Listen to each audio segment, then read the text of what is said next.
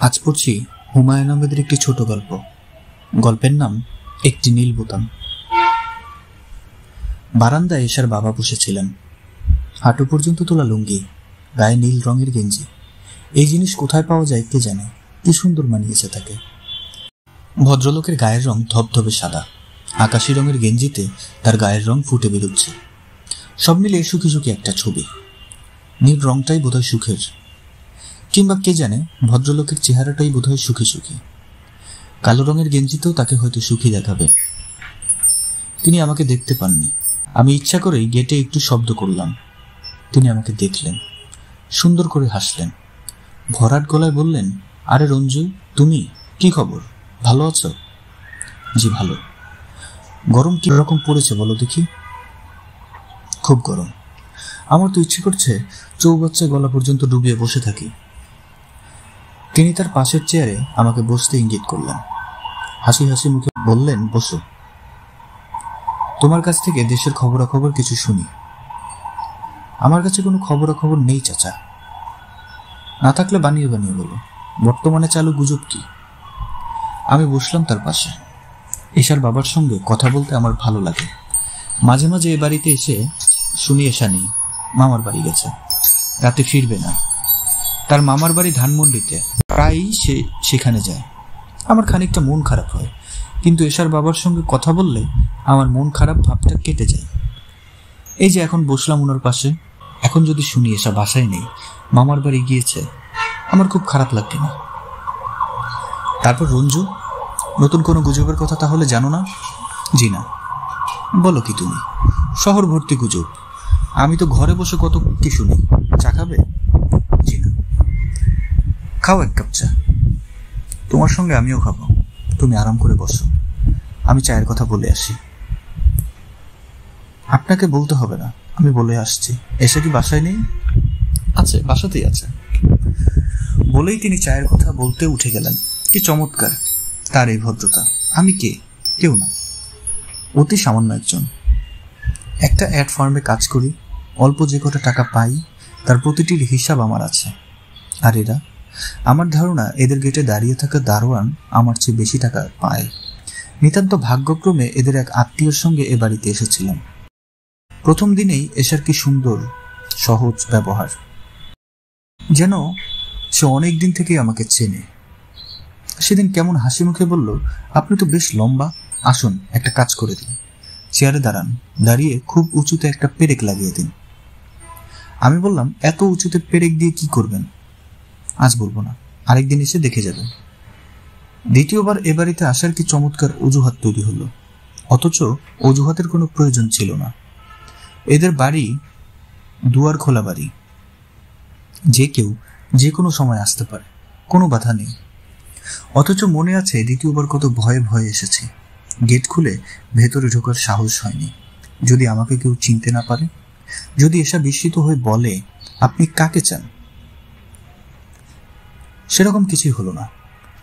এশার বাবা আমাকে দেখে হাসি মুখে বললেন, কি ব্যাপার রঞ্জু, গেটের পাশে দাঁড়িয়ে আছো কেন? আসো, ভেতরে আসো। আমি খানিকটা বিব্রত ভঙ্গিতে ঢুকলাম। তিনি হাসি মুখে বললেন, দেশের খবরাখবর বলো, নতুন কি গুজব শুনলে? এসা বোধহয় বাইরে যাচ্ছিল, আমাকে দেখে থমকে দাঁড়িয়ে বলল, বেছে বেছে আজকের দিনটাই আপনি এলেন?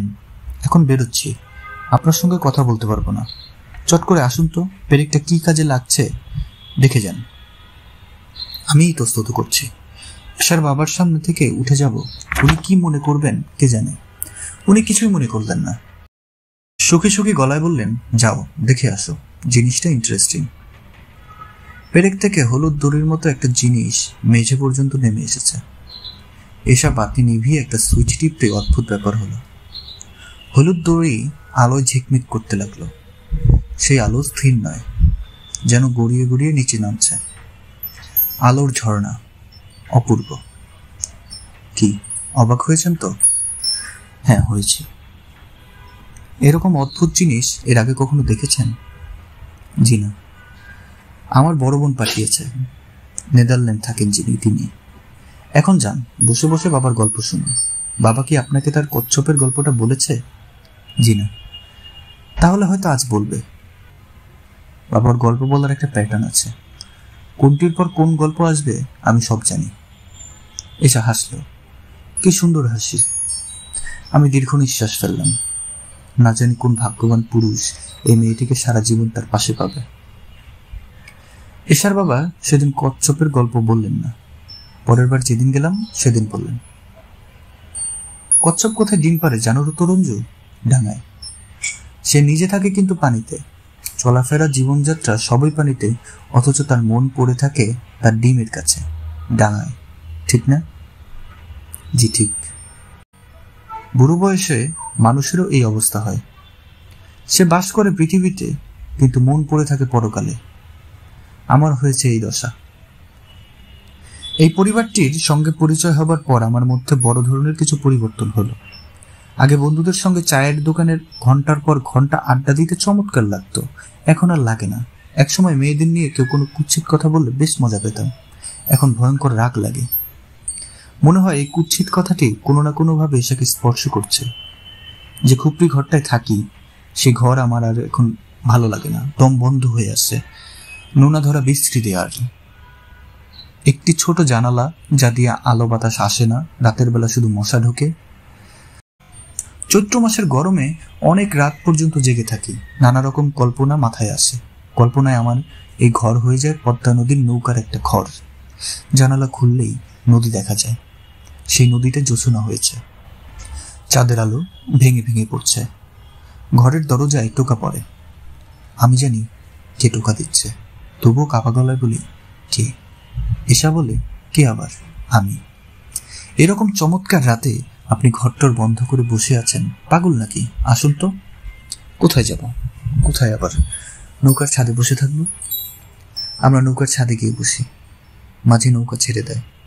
এসা গুনগুন করে গায়, যদি আমায় পড়ে তাহার মনে বসন্তের এই মাতাল সমীরণে, আজ জোছনা রাতে সবাই গেছে বনে। সবই খুব সুন্দর সুখের কল্পনা, তবু এক এক রাতে কষ্টে চোখে জল আসে।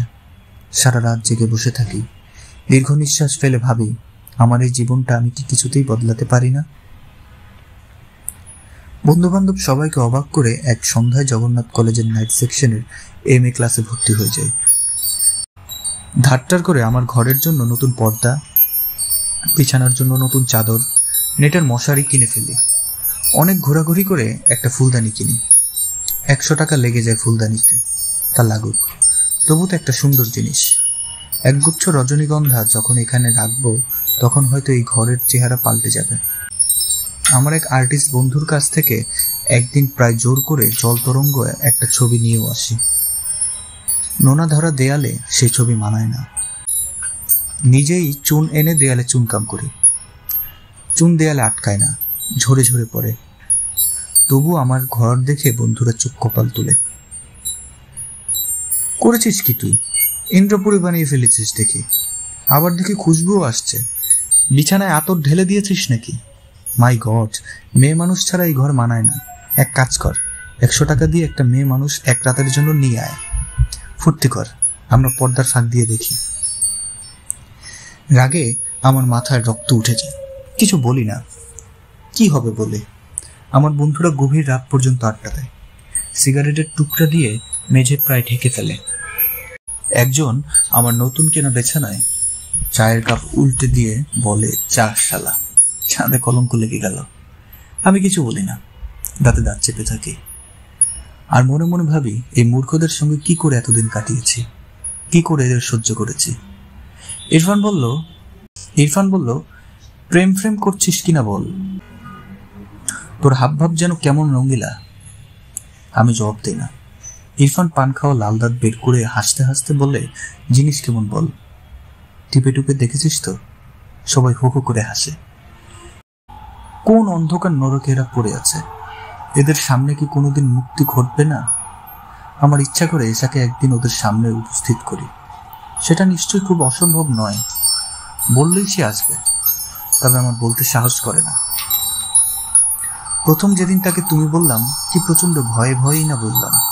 সে গোলাপ গাছের ডাল ছেটে দিচ্ছিল, আমি পাশে দাঁড়িয়ে আছি।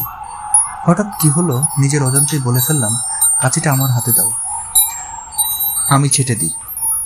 বলেই মনে হলো এ কি করলাম আমি, আমার মাথা ঝিমঝিম করতে লাগলো। আমার মনে হলো সে এবার চোখে চোখে তাকিয়ে শীতল গলায় বলবে, আমাকে তুমি করে বলবেন না, এত ঘনিষ্ঠতা তো আপনার সঙ্গে আমার নেই। এসা সেরকম কিছু বলল না, কাছে আমার হাতে দিয়ে বলল, 3 ইঞ্চি করে কাটবেন, এর বেশি না। আর আপনি কি চা খাবেন? হ্যাঁ খাবো, চা নিয়ে আসছি। শুনুন, এরকম কচকচ করে কাটবেন না, ওরা ব্যথা পায়। গাছেরও যে জীবন আছে, জগদীশচন্দ্র বসুর কথা। এসা ঘরে ঢুকে গেল। চৈত্র মাসের বিকেলে আমি গোলাপ ছাড়তে লাগলাম। আমার 30 বছর জীবনের সেটা ছিল শ্রেষ্ঠতম দিন। বিকালটাই যেন কেমন অন্যরকম হয়ে গেল। শেষ বিকেলের রোদকে মনে হলো লক্ষ লক্ষ গোলাপ। বাতাস কি মধুর। এশার বাবা যখন বাইরে এসে বললেন, তারপর রঞ্জু, দেশের খবর কি বলো, নতুন কি গুজব শুনলে? কি যে ভালো লাগলো সেই কথাগুলো। মনে হলো এরকম সুন্দর কথা এর আগে আমাকে কেউ বলেনি। গোলাপের ডাল ছাড়ছ মনে হচ্ছে? জি চাচা। এর একটা ফিলোসফিক আপসেট আছে, সেটা লক্ষ্য করেছ? ফুল ফোটাবার জন্য গাছকে কষ্ট দিতে হচ্ছে। হা হা হা হা। তার সঙ্গে গলা মিলে আমিও হাসলাম।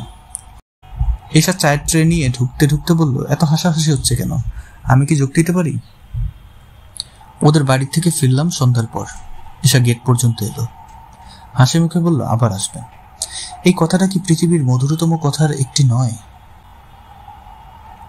আমি আবার আসতে পারি এই বাড়িতে, যতবার ইচ্ছা আসতে পারি। আমাকে কোনো অজুহাত তৈরি করতে হবে না।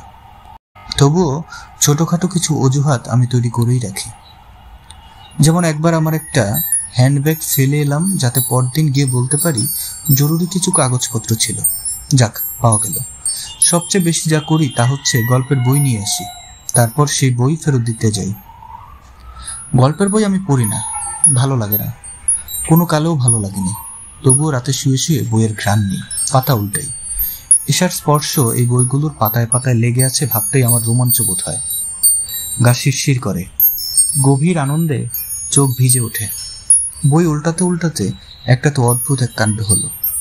টুক করে বইয়ের ভেতরে থেকে কি যেন পড়ল।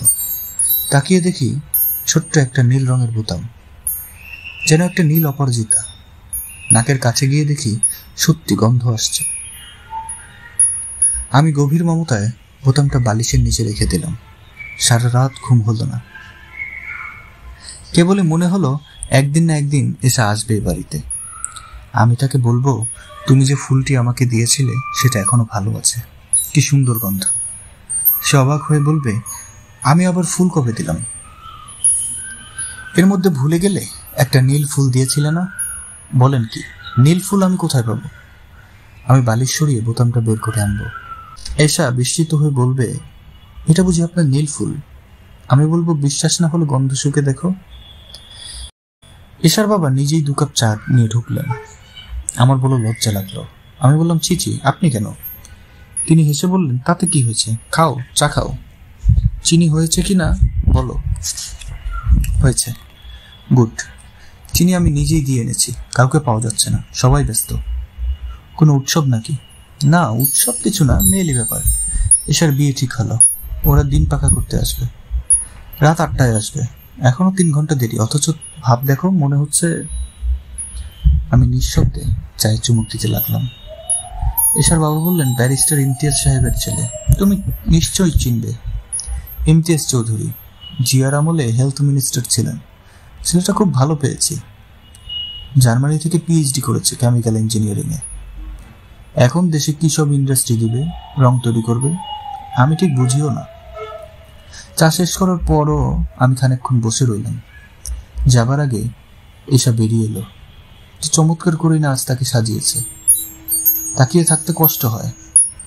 এসা হাসি মুখে বলল, বেছে বেছে আপনি ঝামেলার দিনগুলোই আসেন কেন বলেন তো? আমি ফিরে যাচ্ছি আমার ঘুপড়ি ঘরে। অন্য সব রাতের মতো আজ রাতেও হয়তো ঘুম হবে না। বালিশের নিচ থেকে নীল বোতাম বের করে আজও নিশ্চয়ই দেখব এই পরিবারটির কাছ থেকে একটি নীল বোতামের বেশি পাওয়ার যোগ্যতা আমার ছিল না। এই সহজ সত্যটি আজ রাতেও আমার মাথায় ঢুকবে না। আজ রাতেও বোতামটিকে মনে হবে একটি অপরাজিতা ফুল।